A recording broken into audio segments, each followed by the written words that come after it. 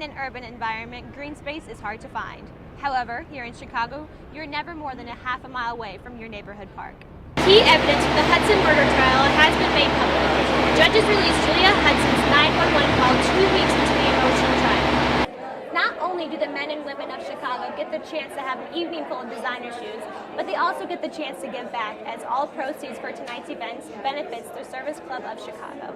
DePaul University has seen an increased amount of sexual assaults around campus, mainly because students are willing to report the crime when it happens. After 54 years of attending Cubs games, Ronnie Woo Woo Wicker says he has never missed a home game. I've seen over 3,000 baseball games in my lifetime straight. After he grew up with an abusive mother, it was his grandmother who took him to his first Cubs game. My grandmother took me to the ball game because Jackie Ralph came to the league in 1947. And I had a little teddy bear, and his Cub emblem was a little teddy bear. So I put them together. That's why I like the Cubs. Growing up, Ronnie had to find ways to get to the Cubs games without his grandmother knowing.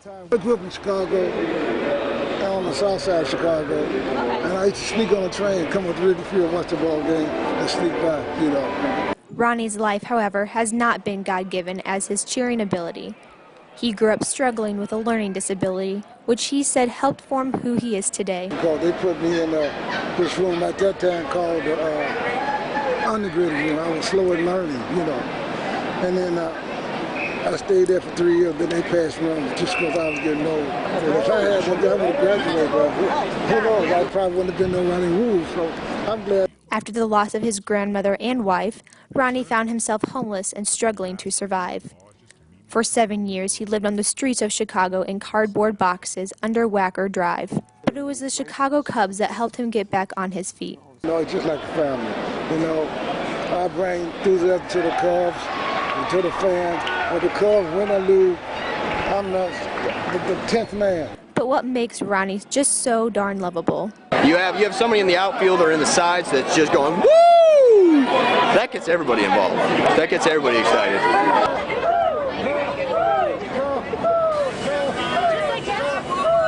For Good Day DePaul, I'm Celeste Perino.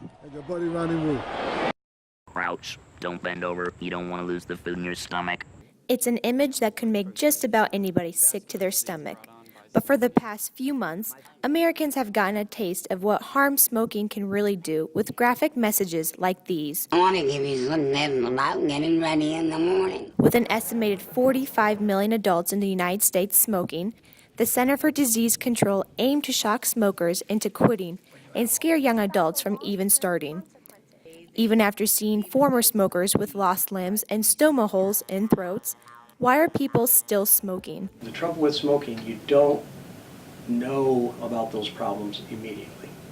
And by the time they build up into a cancer or the sneakier disease, what we call COPD, by the time that hits you, the horse is out of the barn. Tobacco kills 443,000 Americans every year. And for every person that dies from smoking, at least 2 new young smokers take their place. Kids start out because of peer pressure. They start smoking when they're young.